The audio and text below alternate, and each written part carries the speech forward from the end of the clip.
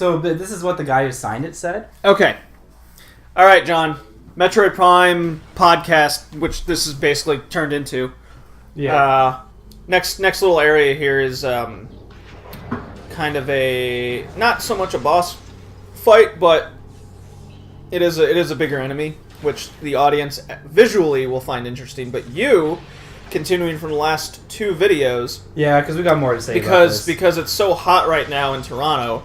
Because, like, usually it's pretty easy to... Or usually it's pretty difficult to, like, say why social justice warriors are such fucking idiots. But then every once in a while they do something so fucking stupid that it's like they do your job for you. Right?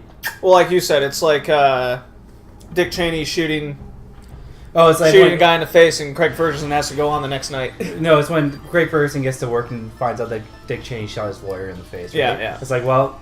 Just did my job for me. Yeah, so the media, a lot of the news articles are finally coming out. Well, what finally, happened. I mean, like after a day, right? So. Well, the better ones are coming out a couple days later. No. The media has never been anything but just like the second it happened, they were like, "Wow, Black Lives Matter." The second, like, there's news and there's editorials, right? It takes a while to get the editorials together. Yeah. Okay. So now that it's like right off the bat, they're all just saying, "Wow, Black Lives Matter are a bunch of fucking children." Because they are. Yeah, I really liked the quotes you were saying, so just go nuts, I'll be quiet. Like, here you go. Here's the CBC. This is a headline from the CBC. This is the government-sponsored media organization, right? In Canada. Black Lives Matter got attention, but did its pride tactics hurt or help its cause? I mean, even they're taking a shot at Black Lives Matter. There's a very excellent article by Margaret Wente in the Globe and Mail. She's been around for forever, like very famous columnist. Not that has anything to do with the article, but like, yeah, she's one of those people who is like, she's a bit of a voice for the community. Okay. For the country, I should say. And this is for the Globe and Mail, like the Canadian newspaper, like aside from the National Post. And she had all sorts of great stuff to say, like calling them bullies, right? Mm-hmm. Just said, pride is supposed to be about the end of bullying, and now these people are being bullies. Right? It just goes back. It's just goes back to what we've been saying. Yeah. Yeah. And she brought up the issue of like, look, this pride should have been about Orlando. That's what this pride should have been about. It should have been about like the horrific violence that somebody enacted, like a hate crime, like more than a hate crime, hate violence that somebody enacted on the gay community in Orlando. It's a hate crime that's basically a terrorist event. Yeah. Absolutely, and like there were lots of people at Pride. It's a hate crime, and it qualifies as terrorism. That's just more terrifying. And there were a lot of people who were deeply affected by that. Like we saw the one video about the guys who dressed up as Mickey Mouse because they're like sending out our love to Orlando or something like that. It's their way of doing it, which is hey, power to you, but good for you, I guess. Yeah. Well, I don't know how else, or Orlando's got Disney World. I see the connection there, I guess. Yeah. And of course, Margaret Wente goes after the whole social justice movement altogether now because it's being just fucking derailed into like bullshit.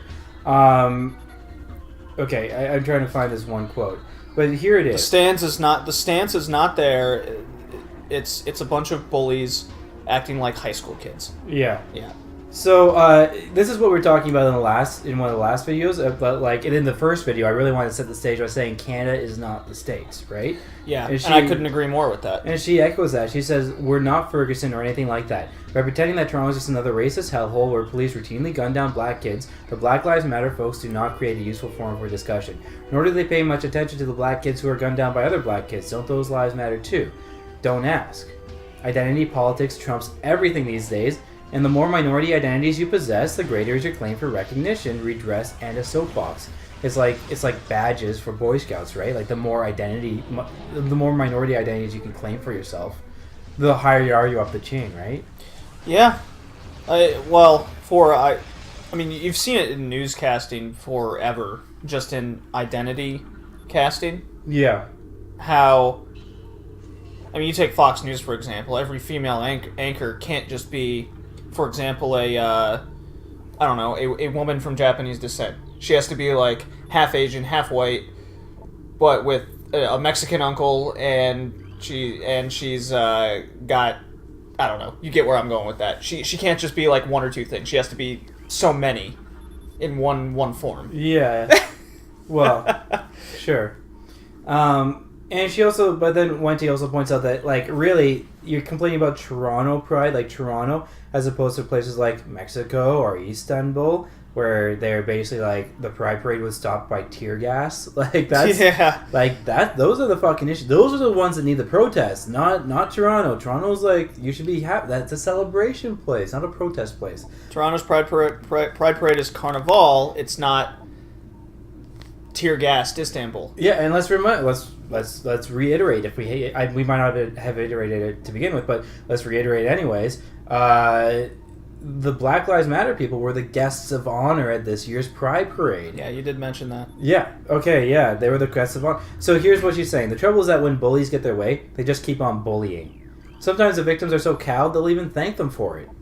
Toronto is planning to bestow this year's award for race relations on none other than Black Lives Matter, which is fucking horseshit. I can't wait to see what they'll demand when they get it. And that's her last line there, her little, like, punchline. I can't wait to see what they'll demand when they get it. Right. Yeah. Oh, boy. Well, you said a phrase at the end of the last video that really iterates how I feel about it. What happens in the States, such as the Black Lives Matter movement, does not mean the same in Canada. It doesn't. Nor does it mean the same in Toronto. You don't have to import the state's problems to Canada when it's a completely different issue, if at all, here. It's people being opportunists. They say, oh, look, problems in the States. We can pretend there are problems too. It's like, they're not. You have to recognize that they're not. That Canada is not the same as the States. It's like a good comparison would be in Hungary right now. Crazy anti-protesting of all the Syrians coming into the country. You've seen videos of just anti-Syrian movements all over. Yeah. Are we going to import that same thing into Canada? No, we're doing the opposite. I'm even though I do live here now, Canada's doing the opposite of that. Yeah. They're bringing in more Syrians happily and helping them. Yep. Yeah, that's part of the Trudeau. That's one of the things that Trudeau was elected for too. Is this it was a minor point, but his just his kind of liberal policies. Mm-hmm. His ideas on on how Canada should fit into the global scheme. It's very different than Harper's. Harper was isolationist. Trudeau wants Canada to regain. Oh, and thank God Canada went anti-Harper for this one. I mean, just look at what happened to Britain now. Yeah. I mean, well, just one wrong election or vote, and look what ensues. Britain's going to go through some tough times here, and it'll be a few years of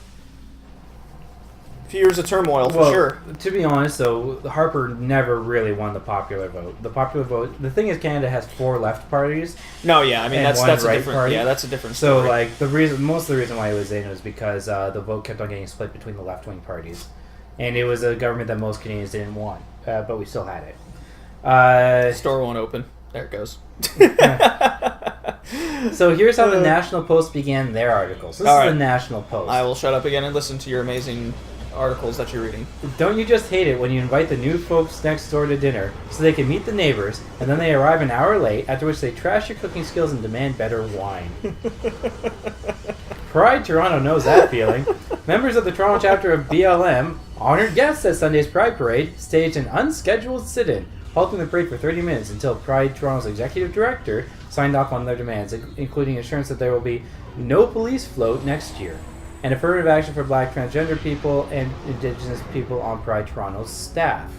And this is one of the major sticking points for, like, this is what gives a lot of the SJW people, makes them feel like they have credibility, is that a lot of positions are still held by white men, right?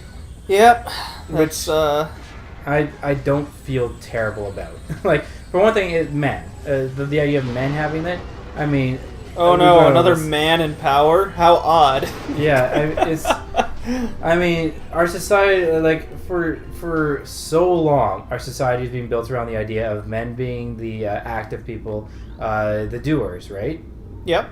And maybe we want to change that. Maybe it's a good idea to change that. It's not going to happen within a couple decades. It's just not. No, change doesn't happen overnight. Exactly. This is something that society is based on. To me, that's something that these movements just don't understand. Yeah. They want it now. They want it quickly. I mean, you take Japan, for example. They seem to, like, in any issue, they seem to be, like, 10 years behind everything. Yeah. It's almost like they look at what other countries do, and then they give them, like, a 5-year kind of window, or, like, okay, let's observe them, and then they do a decision on their end. Yeah, they're the late adopters. Yeah. I mean, and that's just the way Japan's been in history. But then you get a country like Germany, they're constantly changing at a consistent rate all the time.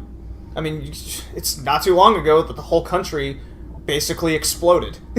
You know, right? Yeah. And look how far they've come in just, 3-4 generations? Yeah. If not less than that? I mean, there's a lot to complain about with Japan. I mean, they are heading more towards fascism, but to be honest, the rest of the world, the whole world is heading more towards fascism today. And here's the thing: the left wing is really fucking dropping the ball because they're getting worried about these fucking social justice issues, identity politics, and stuff like that. When there's like actual fucking real politics that you'd be caring about. Yeah. But they're just so wrapped up in like this other horse shit. No, when Germany has its next election, whenever the time comes, that's gonna be very interesting, not just for Germany but for the European Union. Yeah. So, and that's something I do pay attention to. Merkel, through her economics and whatnot, has been very good for Germany. But in other countries such as Greece, Germany's been a lot more hard on countries like Greece and Romania, and because they're just in a ton of debt to the European Union that will probably never get paid off. Right. Yep. So that's just my little yeah. notes on that. Well, I mean, I think about Occupy Wall Street, right? Which is directly addressing one of the most crucial issues of our time, which is income inequality, and the fact that the bankers were never really sent to jail, right? Wall Street destroyed the economy, and the government basically had to bail them out. Yep. It was predatory lending practices. It was basically just rich people being rich and not giving a fuck about other people, right? And so Occupy Wall Street was supposed to address that, and what did they do? What did the fucking leftists, the fucking hippies in charge of that do? They spent most of their time trying to figure out how to clap or how to like organize a meeting in a way that wasn't oppressive to other people. It almost felt like a giant party at Woodstock. Yeah. Yeah. It was just so wrapped up in the stuff that doesn't fucking matter, right? And it's like, get your fucking heads out of the clouds, folks. This is real shit, and you need to be a part of it. And yeah, there was a whole This American Life thing that they recorded while it was happening that just blew it for me. It just blew it right out of the. It's like Occupy Wall Street is so full of shit. And where has it gone since? Nowhere. Nothing's happened. It's almost like it's just a blip in history that will be forgotten. They squandered their opportunity. Yeah. Yeah. And so this enemy sucks ass, by the way. And it's the only time you ever see this enemy. You almost wish that there were more of these. It's this like sort of invisible robot thing going on. Mm-hmm. And it just kicks your ass. Jeez. Yeah. Samus. See, Samus. Like, I just did not know what to do. I'm like, why am I not hitting it? Why isn't it dying? That, et cetera, et cetera. See, I think the reason we always do this during Metroid is because we started off with Samus, who is like the ideal feminine, the feminist hero. That is how this because she's like kind of podcast started with Metroid Prime. Yeah, because she's stoic, right? She doesn't take shit from people. She just gets shit done. Which is what you would want these people to be like. And she's not over-sexualized like Lara Croft is. Or was. Yeah. I don't know if you can consider Lara Croft very sexualized now. Like the reboots. They reimagined the character a bit, and she's still got the heavy bust size, but she's not. Well, the heavy bust size and the that's about it. Yeah. But that's pretty much about it. Otherwise, she's just a normal girl at this point. Yeah. So pay attention to how much health I have now. Yeah, you basically got like none. I got none, But remember, I've only died like maybe twice in the whole game so far. Yeah, so you're doing okay. Oh, you gotta go through your little rat maze. Yeah. And the controls in ball form are a little difficult to get a handle on for speed. This is like Marble Madness or something. Yeah. So, just to reiterate, or just to drive home... wrap it up. Just to drive home how fucking childish these BLM people are, when it came down to Martin Luther King and stuff like that, the reason why they had to do the protest was because they weren't being heard. They came peacefully, and they were ignored, right? They came asking for very reasonable things very peacefully. They were ignored. BLM never did that. All they did was just show up and say, we're gonna... Oh, you can blow that shit up? Yeah, you can. Found that out a little late. So BLM just kind of like... They took this as an opportunity to make a big noise, right? Mm-hmm. But here's what the guy who signed it eventually, the executive producer or director of the Pride Toronto Parade or whatever. This is what he said. My priority yesterday was to make the parade move. We had 1 million people waiting, including people from marginalized communities. The show and the parade had to go on, and this is what he ended with. Frankly, they could have sent me an email. I would have agreed to all those things. And he didn't take any time signing the thing. He agreed to all of it. But it's like, that's the point. They could have just sent him an email, and they would have gotten what they wanted. They were the fucking honored guests at the Pride Toronto Parade. Right. Like, it's just horrible the way they acted. I got a power bomb. Good. Power bombs are good. Just like the wrestling move. Yep. No, yeah. How? I mean, it's 3 videos now. I think we should wrap it up. But the point is, the BLM community, how they handled the Gay Pride Parade was a total disaster. Yeah, exactly. And they acted like children. So. I hope we all realize that BLM is just a bunch of fucking children. Yeah.